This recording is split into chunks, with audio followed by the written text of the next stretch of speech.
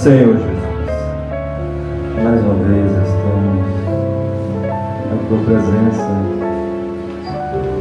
para Te adorar.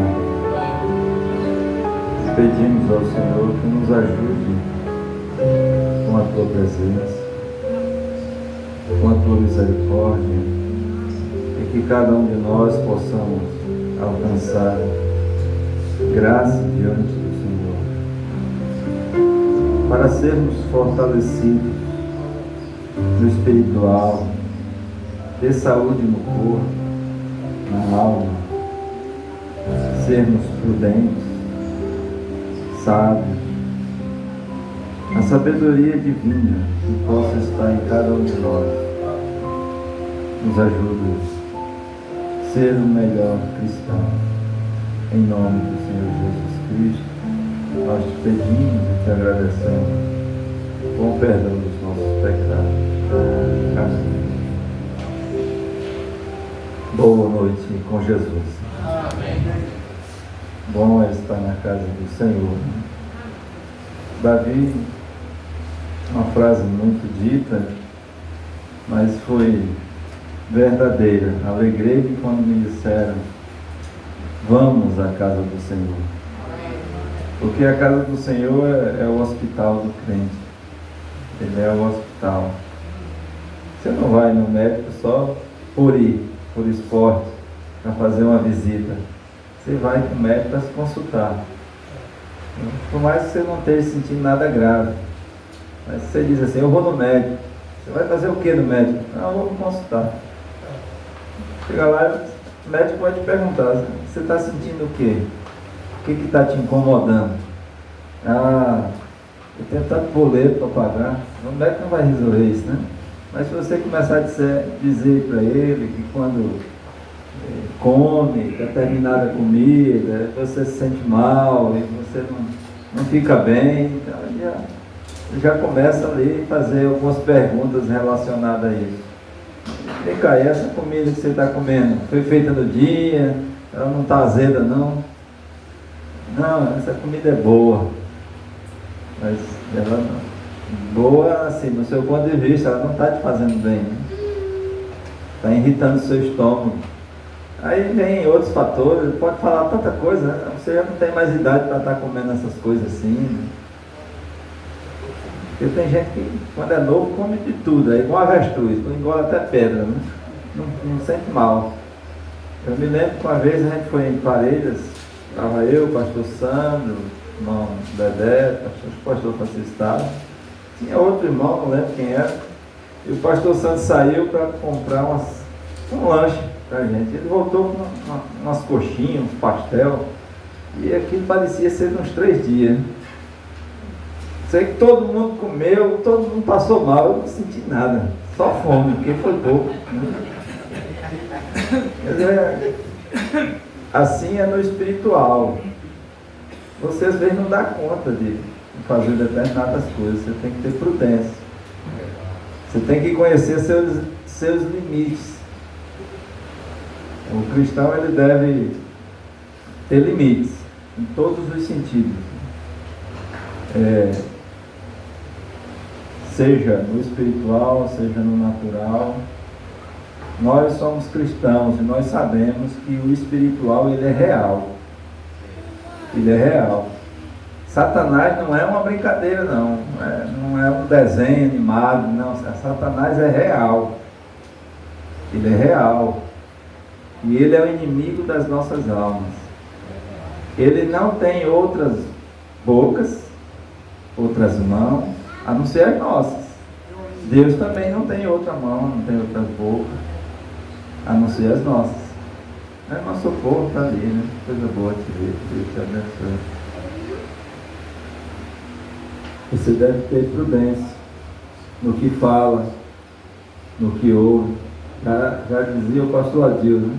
Quem controla uma conversa é quem ouve. O pastor Adil, para quem sabe, é o pastor da nossa povo. Você deve controlar certas coisas que a gente ouve. As más conversações corrompem os bons costumes. Mas o que é más conversações? Se você for botar numa peneira, não passa muita coisa não, viu? Tudo engancha na peneira. Porque a gente só joga fora aquilo que fica na peneira, né? Você vai peneirar uma goma lá para fazer uma tapioca, você vai pegar aquilo que passou na peneira. Agora está refinado, está no ponto de usar. Mas aquilo que fica, né? Aquilo geralmente, na construção a gente vai peneirar areia e tudo que fica na peneira a gente joga fora. A impureza é indesejável, né? Então, você deve ter uma peneira, um filtro para certas conversas. Se você vê que a conversa está descambando para falar mal de alguém, para falar da vida de alguém, para falar do que a pessoa fez, faça o seguinte, você diz, vamos parar essa conversa, eu não quero saber da vida de ninguém. Essa pessoa já tem o suficiente contra ela mesma. Ela já tem o suficiente contra ela mesma. Eu não preciso apontar o dedo para ela, porque eu já tenho o suficiente contra mim também. Então, se eu não der conta de ser prudente, eu vou entrar em atropelos. Vou começar a me atropelar no caminho. Mas eu queria ler a Escritura, né? Começar a falar. Não tem muito tempo, né? A gente vai conversar um pouquinho, né? Tem aquele almoço de família que a gente tira para conversar, né? Todo mundo ri, conversa, às vezes conversas, lembranças antigas, né? Às vezes de infância, alguma pizza que algum irmão levou, né? E a gente ficou mangando, mas depois a coisa virou para cima da gente também, né? Então a gente lembra de tudo isso e isso ajuda a manter uma atmosfera agradável entre família. Então, hoje eu queria fazer assim, vamos conversar um pouquinho, né? Eu queria ler no livro de Provérbios, Provérbios capítulo 16. A partir do verso 17.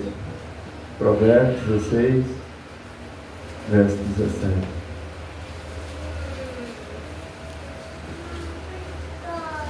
Se tem um livro de conselhos, é Provérbios.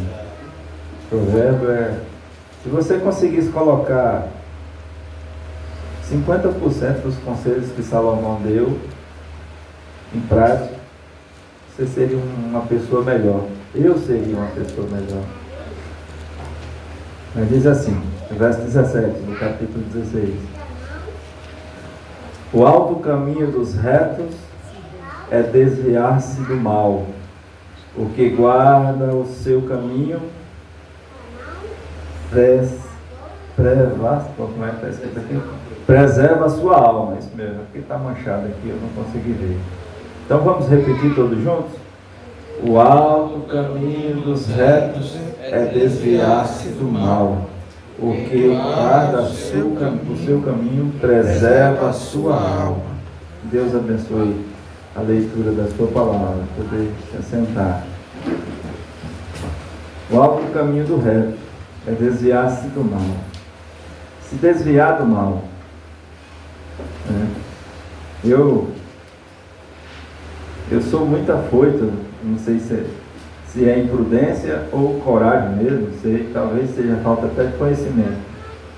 Eu fiquei um período lá no Recanto da Fé, período de uns 6 meses, e desses 6 meses, 5 foi sozinho. Só que o Recanto 2, né, é do lado do Mato Grosso. O Recanto mesmo é do lado do Goiás, e do outro lado do Araguaia é Mato Grosso. Então é só o rio que faz a divisa.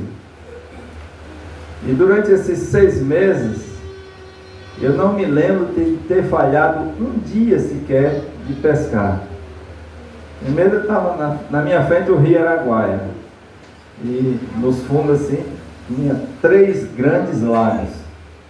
E nesses lagos tinha muita piranha. Né? Piranha. Mas pegamos alguns peixes. E todo santo dia, eu chegava no local que eu costumava pescar, o rastro da onça estava lá. Todo dia. E não era antiga não, ela pisava em cima do meu rastro.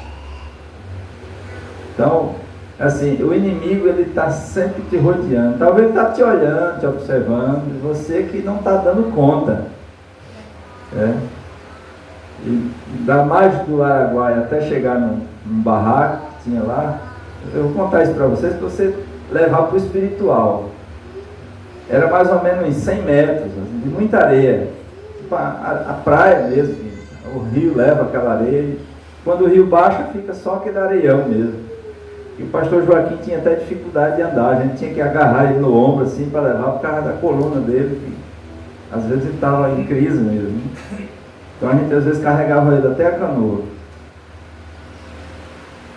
E desse barraco que eu dormia, uns 100 a 150 metros para dentro, tinha outra, e lá era a cozinha. Então o local de dormir era bem distante de onde fazia a alimentação. E todo dia eu pescava. E o lago era mais uns 100 metros para frente. E eu vinha de lá, tratava meus peixes, fazia minha janta, ouvia o programa do rádio. Depois eu ia lá para o barraco. Ficava até 10, 11 horas da noite acordado, porque eu ainda assistia o programa da Brasil Central, que era às 10 da noite. O pastor Joaquim pregava, mas a apresentação era feita pelo pastor Gideão. Mas teve um certo dia, e eu nunca tive medo, né? Alguns receios, você está no mato, onde estão os bichos. Mas teve um dia que eu não tive coragem de sair do outro barraco lá. Não tive. Você sabe o que é medo? É medo. Eu estava com tanto medo. E tinha uma área lá que era fechada, com chapa de zinco, mas tinha a parte de baixo assim, era uma tela. Então você ficava visível para o que estava fora. Eu estava com tanto medo que eu não aparecia na área da tela. Mesmo que tivesse umas 300 onças, nenhuma conseguia entrar, porque era fechado mesmo. Mas eu não apareci lá, com medo. Então, aí você pensa assim, mas por quê? Sozinho tanto tempo, uma noite só você ficou com medo. Então, eu digo assim, se não foi Deus me guardando, eu não sei dizer o que foi. Talvez a pintadinha estava só me observando. Como ela costuma fazer. Ela observa, né? Não faz tanto tempo a gente teve um caso lá do Mato Grosso, ou Pantanal, Mato Grosso, Pantanal. E ela observava o Senhor lá por muito tempo, mas teve um dia que ela o atacou. Foi sem misericórdia. Então uma das regras lá no recanto é não andar sozinho.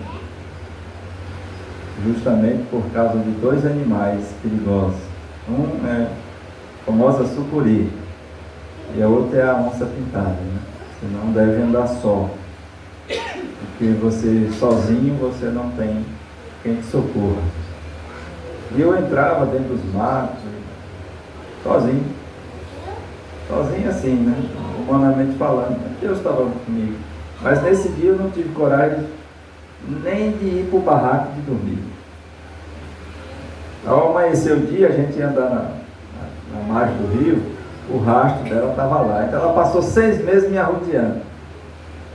Assim é o diabo, ele não te deixa, ele está sempre ao teu redor.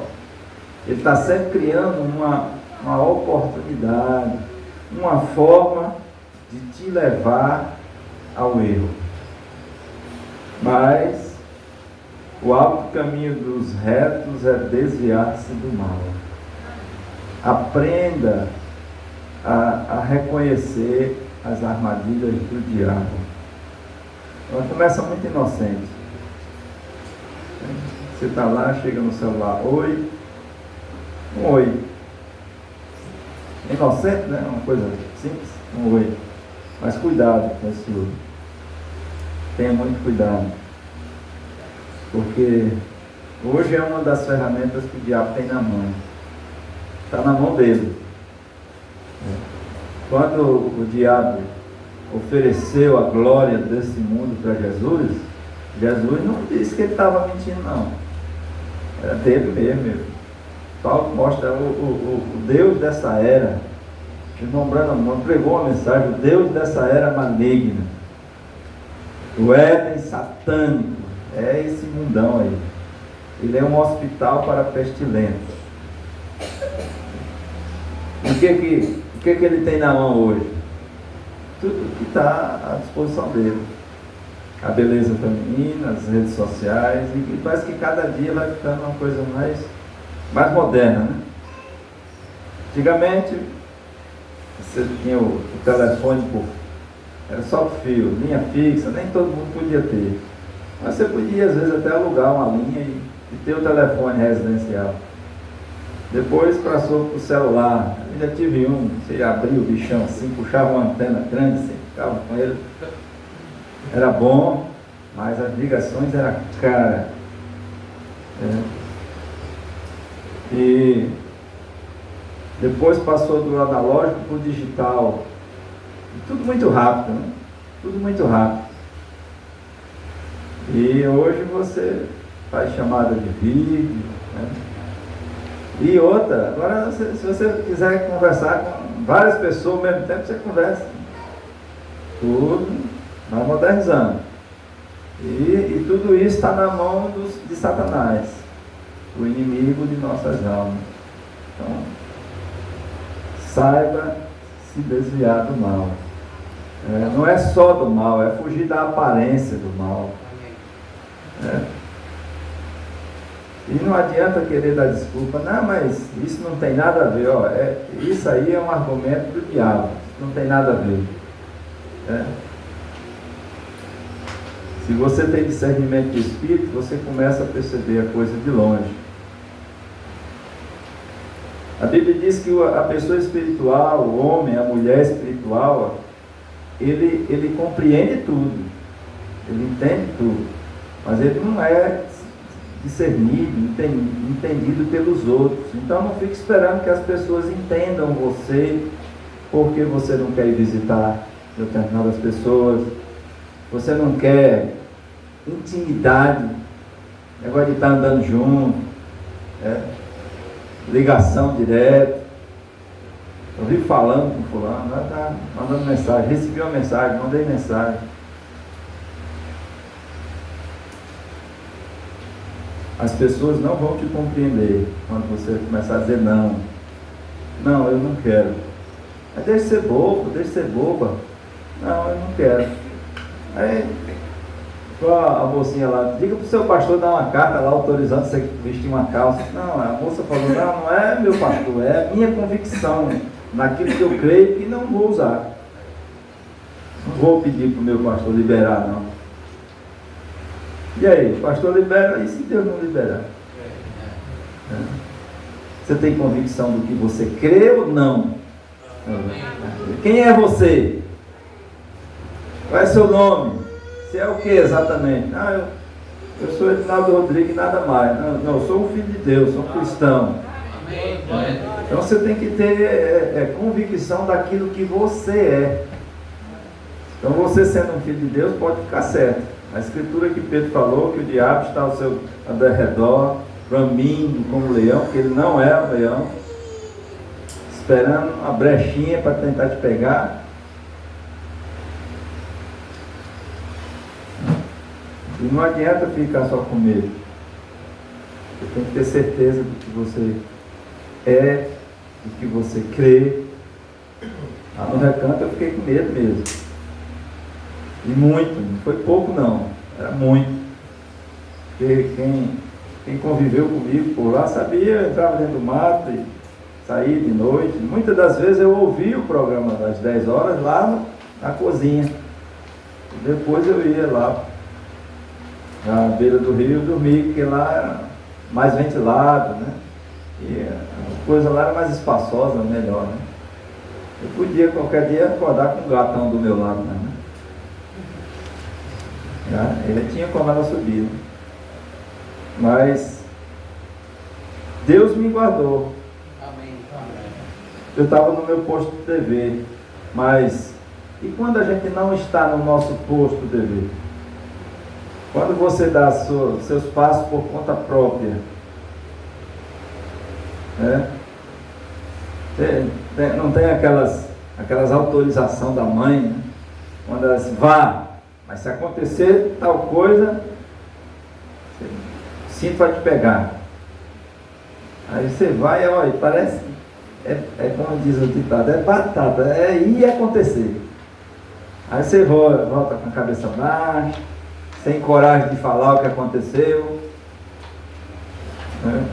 Você foi ver o que lá? Eu não disse para não ir? É a resposta logo que você recebe da mãe, né? O que você foi ver lá? Eu disse para não ir. Mas a gente insiste, né? Deixa eu ir. Aí até que, vá! Mas se acontecer, você já sabe.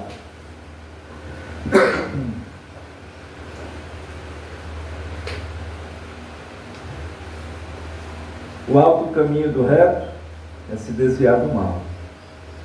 Saber se desviar do mal é se desviar de problemas, de dor de cabeça, de sofrimento. Se você não se desvia do mal, você vai sofrer. O irmão Branda diz que nenhum filho de Deus, nenhum eleito para o arrebatamento vai se perder. Agora, tudo que a gente fizer aqui, nós vamos purgar, porque o que a gente planta, a gente colhe. O que a gente plantar, a gente vai colher. Agora, o plantar é opcional. É uma escolha sua. Você fala se você quiser falar. Você faz se você quiser fazer. Eu nem queria fazer, mas eu fiz. Mas foi uma escolha. Você escolheu fazer. Você escolheu dizer. Então, tenha cuidado com as suas escolhas, né? Você deve ter seus motivos e seus objetivos. Tem coisa que ninguém tem condição alguma de apontar o dedo para você e dizer que aquilo está errado. Mas Deus sabe se está ou não. Porque vai depender dos seus motivos e dos seus objetivos. Uma vez fizeram uma pergunta para o pastor Joaquim, que foi uma moça, perguntou sobre depilação de perna, essas coisas. Perguntou se era certo ou errado. E o pastor Joaquim deixou exatamente nessa questão. Qual é o objetivo? Se o objetivo é apenas por higiene, então está tudo bem. O seu objetivo é esse. Agora, se o seu objetivo é ficar sensual, aí seus motivos, seus objetivos estão errados. Por que você vai visitar essa moça? Qual é o seu objetivo? É tentar chamar a atenção dela? É tentar chamar a atenção dele? Então, tem que ver qual é o motivo que está levando você a fazer determinada coisa e o objetivo por trás de tudo isso. Eu não sei. Eu não tenho, como homem, eu não tenho condição de saber, mas Deus sabe. Porque Deus conhece o mais profundo de nossos corações. Se desviar do mal. O que guarda o seu caminho preserva a sua alma. Então, aquele que se desvia do mal, ele está preservando a sua alma. A soberba precede a ruína. Eu fiquei procurando saber aqui o que era soberba, né? É um orgulho excessivo. É aquela pessoa que é muito orgulhosa e muitas das vezes ela se torna arrogante e passa a querer até humilhar as outras pessoas. Ela é uma pessoa soberba. Então, a soberba precede uma ruína. Se você está sendo muito soberbo, muito orgulhoso, não quer baixar a cabeça para conselho de pai, de mãe, de irmão, de pastor, de Deus, porque Deus usa alguém para te chamar a atenção, você está muito orgulhoso, e isso precede uma ruína, um desastre. Você tem que... E normalmente os pais conseguem ver isso. Quando Quando um filho, uma filha está assim bandeirando para um determinado caminho, os pais conseguem enxergar isso lá na frente. Minha filha, não se meta com esse rapaz, que esse rapaz vai te dar problema. Não, é porque ele é um amor de pessoa e só em olhar para ele eu já estou feliz. Tudo que é bom, com o passar do tempo, não é suficiente. Estar com ele para mim já é feliz, isso é agora. Depois, só estar com ele não vai ser o suficiente. Você mesmo vai exigir mais dele, você mesmo vai exigir mais dela. Só estar em casa. Se você estivesse em casa era tão bom, só que às vezes só estar em casa. Vamos, sai de casa, vai andar, deixa eu em paz.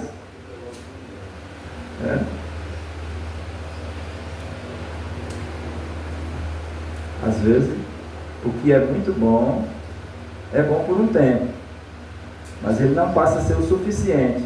Não é que isso tem que ser tirado, mas deve ser acrescentado outras coisas. Que aí você vai ter que começar a ter compreensão. Tem noite que não dá para dormir na posição que quer, né? Tá de quê? Buscando. Não dá. Quantas e quantas já não sofreram isso aí, né? Está grávida lá, 8 meses, chega os 9, e aí quer levantar, não dá. Ajuda aqui. Eu queria dormir assinado, mas não dá. Esse menino fica só chutando. É bom, no início é uma beleza, beleza, todo mundo quer cheirar e quer mexer para lá. Mas chega um ponto que é só ela e mais ninguém. E é cansativo, né? Primeiro que o corpo da mulher passa por uma transformação grande demais. É por isso que o pastor Joaquim disse assim, a ciência mostra isso, né? Que nenhuma moça deveria querer namorar antes dos 17 anos. Porque ela não tem a sua bacia totalmente completa até os 17. Diz que muitas moças no passado morreram novinhas, na primeira gravidez, não deram conta de ter os filhos, né? E por falta de recursos médicos, morreram. Ou então ficaram doentes por resto da vida. É igual a cirurgia, né? Você faz uma, mas aquilo te incomoda, sempre você está sentindo alguma coisa por causa daquilo. A gente tira vesícula, tira isso. Mas a falta daquilo lá, Deus botou aquilo lá para quê? Ele tem uma função, não tem? Mas aí o médico chega lá e tira. É igual cortar a mão, né? Corta a mão. Mas o que falta faz, né? A mão. O pastor Ivaldo perdeu os dedos, tudo assim, ficou só com os cotoquinhos. Ele consegue andar, dirigir e tudo mais, mas não tem mais os dedos. Mas ele está intacto. Mas os dedos que foi cortado não existe mais, né? Então, sair do corpo, sair da igreja, se afastar. Todo membro pode se. Minha mão aqui é cheia de cicatriz, disco de lixadeira que cortou aqui, já foi até no osso. Em cada dedo parece que eu tenho uma coleção, em cada dedo tem 2, 3, né? Mas é tudo sarado, é tudo cicatriz. Mas eu tenho um irmão que já perdeu um dedo. Perder um membro, aquele membro que saiu do corpo, não faz mais parte, não está mais ligado no corpo, ele apodrece muito rápido. Não tem mais sangue para irrigar ele. É igual o cristão, eu não diria o cristão, né? Eu diria o ser humano, quando ele ultrapassa a linha da misericórdia, ele não tem mais sangue em favor dele, então ele apodrece rápido, não demora muito. Você tem uma linha, um limite. Salomão diz que é para a gente não remover os marcos, né? Quem já mexeu com tem propriedade que não tem cerca, né? Mas quando você chega num determinado ponto, tem um marco lá, que é a divisa. Essa aqui é a divisa de minha com o vizinho. um marco lá que foi colocado, alguém colocou. Então, Salomão diz assim, para a gente não remover os marcos que os antigos colocaram, os limites, questão de respeito. Os adultos estão conversando, as crianças querem passar no meio. Isso era uma surra na certa, né? Hoje a gente vê, a criança passa pelo meio, escuta a conversa, ainda vira para trás e diz, não pai, isso é mentira, não é assim não. Eu me sinto mal, não me sinto bem, nem um pouco confortável quando eu escuto uma pessoa chamar o pai ou a mãe de tu, de você. Ei, tu vai fazer isso, você vai fazer isso. Não, eu acho que o bom e velho respeito cabe em todo lugar. Nós não deveríamos tirar esses marcos antigos. É senhor e senhora. Senhor e senhora. Isso aí vai caber sempre em qualquer lugar. Mas por pressão da sociedade, as mulheres não querem ser chamadas de senhora, né? Você fala senhora, não, a senhora está no céu. Referindo aqui a Maria, né? A Maria está aguardando arrebatamento como nós, né? Paraíso, né? Mas lembre-se, Senhor, Senhora, cabe em todo lugar. Por mais que a pessoa se ofenda, pensa para não, mais faça a sua parte. Não me chame de senhor não, olha, pode me chamar de senhor. Veio na rua, uma pessoa, eu estava no carro e pedi uma informação a uma pessoa, a pessoa, coroa, é para ali. Aí a pessoa dentro do carro começou a mangar de mim, disse, mas você está pensando que eu sou o quê? Eu sou coroa mesmo.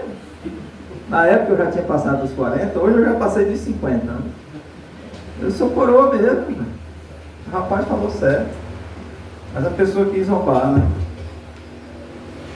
Então não se ofenda se alguém lhe chamar de senhor, de senhora, ele está me respeitando. É um respeito. Não seja soberbo, orgulhoso. A soberba precede a ruína. E a altivez do espírito precede a queda. A altivez é a pessoa que se acha digna, né? Demais. Sou melhor, sou digno. Tu não é, eu sou. Então essa altivez ela precede a queda. E a soberba precede a ruína. Melhor é ser humilde de espírito com os mansos, que repartir os despojos com os soberbos. Repartir riqueza, né? Porque toda a guerra que tinha, quem ganhasse a guerra tinha os despojos. Né? Era ficar com a riqueza daquele povo que foi conquistado. As riquezas, os rebanhos, tudo era levado embora. Então, Israel, quando saiu do Egito, ele levou os despojos do Egito. Mas aquilo foi tudo ordenado por Deus. O que atenta prudentemente para as palavras achará o bem, e o que confia do Senhor será bem-aventurado. Amém. Se você vem para a igreja, ouve uma pregação e você não dá crédito para o que ouviu, você fica sendo aquele ouvinte só que ouve, mas que nunca pratica. Estava ouvindo a mensagem hoje com o irmão Badu. A mensagem é sempre para os outros, nunca é para você. Quer dizer, Deus não fala com você, você não tem necessidade nenhuma de ouvir Deus. Todo mundo merece ser corrigido, você nunca é. Isso é altivez de espírito. Isso precede uma queda. Isso precede uma queda. Eu estava com a mensagem aqui para ler, mas não sei se vou entrar, né? Já vai dar 8 horas. E eu nem saí do segundo versículo aqui ainda.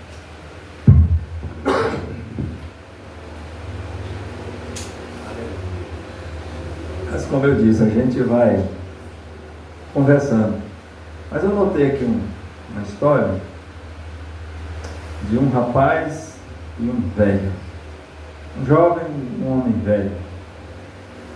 Diz assim, o rapaz encontrou aquele cidadão e o rapaz o reconheceu. E foi até ele e o cumprimentou. E ao cumprimentar, aquele senhor foi muito educado com o rapaz, e o rapaz perguntou para ele, o senhor lembra de mim? Ele disse, não lembro. Ele disse, o senhor não foi professor toda a sua vida? Ele disse, sim, fui. Hoje sou professor aposentado. Ele disse, pois é. O senhor me inspirou a ser um professor. Hoje eu sou um jovem professor. Ele disse, que bom que eu servi para alguma coisa. Ele disse, o senhor mudou a minha vida. O senhor fez eu enxergar a minha vida por outro ângulo. Ele disse, o senhor lembra do ano tal, assim, tinha um aluno lá que chegou com um relógio muito bonito, e eu desejei ter aquele relógio para mim. E eu fui e roubei aquele relógio. E o dono do relógio logo deu falta e falou que alguém tinha roubado o relógio dele. E o senhor foi muito sábio. O senhor fechou todas as portas da sala, não deixou ninguém sair, pediu para todos ficarem de pé e disse, eu quero que cada um de vocês feche os olhos e só abra quando eu mandar. Eu vou revistar cada um de vocês, mas não abra os olhos. Ele disse, o senhor chegou, pôs a mão no meu bolso, achou o relógio, e o que me consta é que o senhor continuou, mesmo achando o relógio no meu bolso, o senhor continuou revistando cada aluno. E quando terminou, o senhor botou o relógio na mesa e disse, pronto, podem abrir os olhos. O relógio foi encontrado. E o senhor nunca falou nada para mim, o senhor nunca me repreendeu, o senhor nunca fez isso ser conhecido às pessoas. Aquilo foi o dia que eu tive mais vergonha na minha vida. Eu fui envergonhado mesmo, mas de mim mesmo. E hoje eu sou um professor, eu me inspirei no senhor. O senhor tem certeza que não lembra de mim? Se não, filho, eu lembro do fato do relógio, mas eu também fechei os olhos para revistar. Fechou os olhos e não... Pegou o relógio, mas não sabe quem estava com o relógio. Mas mesmo assim ele saiu revistando aluno por aluno. Quando chegou lá ele mesmo abriu os olhos e pediu para todos abrirem. Então, um exemplo de seriedade, de respeito, de misericórdia. Você sabe que alguém fez alguma coisa? Você não precisa falar. Você não precisa sair falando o que ela fez. Falar o que ela fez é o que a gente chama de... Vou tentar lembrar da palavra, né? O pessoal vive recebendo processo por causa disso, né? Por defamação.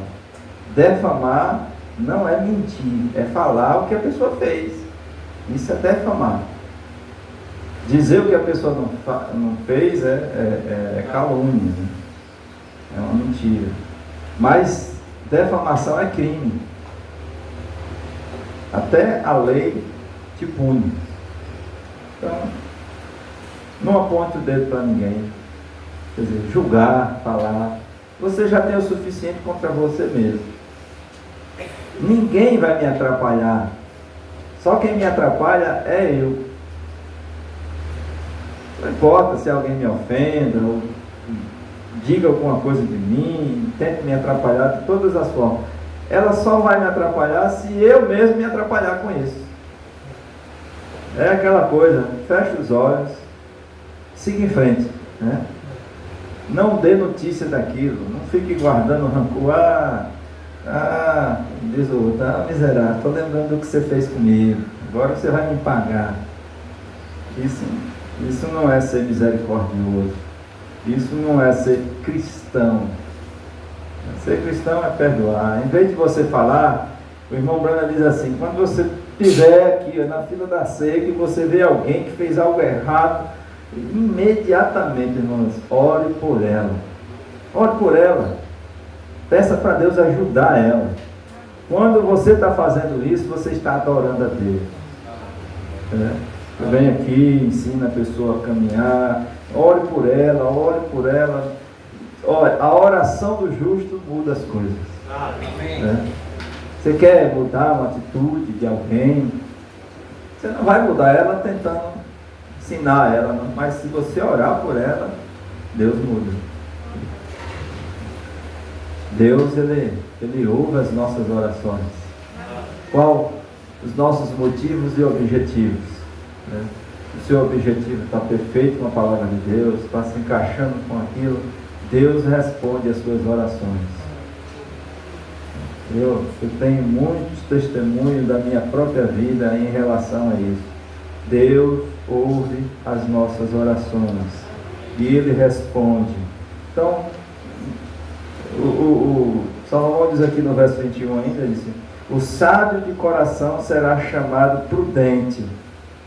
Jesus pediu para nós sermos prudentes como as serpentes. As serpentes são sempre prudentes. Você vê que quando ela está quieta lá, ela não se mexe. Se você não estiver prestando bem atenção, você é capaz de pisar em cima dela. Mas ela não te ataca, ela não faz, ei, não vem para cá não. Agora depois que você atiça ela, aí o maracá da cascavel começa a balançar. Aí você começa a ouvir coisas que você não queria ouvir. E você foi mexer, né? Mexer com a cascavel lá. Em outra melhor não, mas que a jararaca é pior, né? A jararaca é pior que a cascavel. A cascavel só é muito famosa, né? Porque ela tem aquele maracá lá, mas a jararaca é perigosa. Então, não se atrapalhe com ninguém. Se você vê alguma coisa que você não aprova, que você reprova, coloque isso diante de Deus. Deus está dizendo assim, olha, ore por ela. Não condene ela não, ore por ela, para que ela possa alcançar misericórdia. É aquilo que Paulo fala lá. Cheguemos, pois, com confiança ao trono da graça, para que possamos alcançar misericórdia e achar graça, a fim de sermos ajudados em tempo oportuno. E qual é o tempo oportuno? O tempo oportuno é agora. É agora que a gente precisa de ajuda para prosseguir.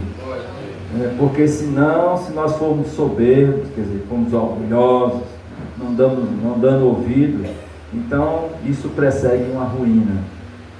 Ser altivo, né? Achar que você é melhor e você dá conta, isso precede a uma queda.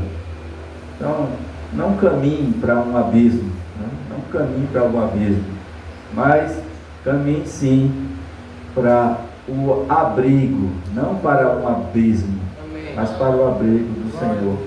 E você, exercendo misericórdia, exercendo amor, você está sendo como Deus. Que Deus possa abençoar nós nessa noite, em nome de Jesus Cristo. Deus abençoe você.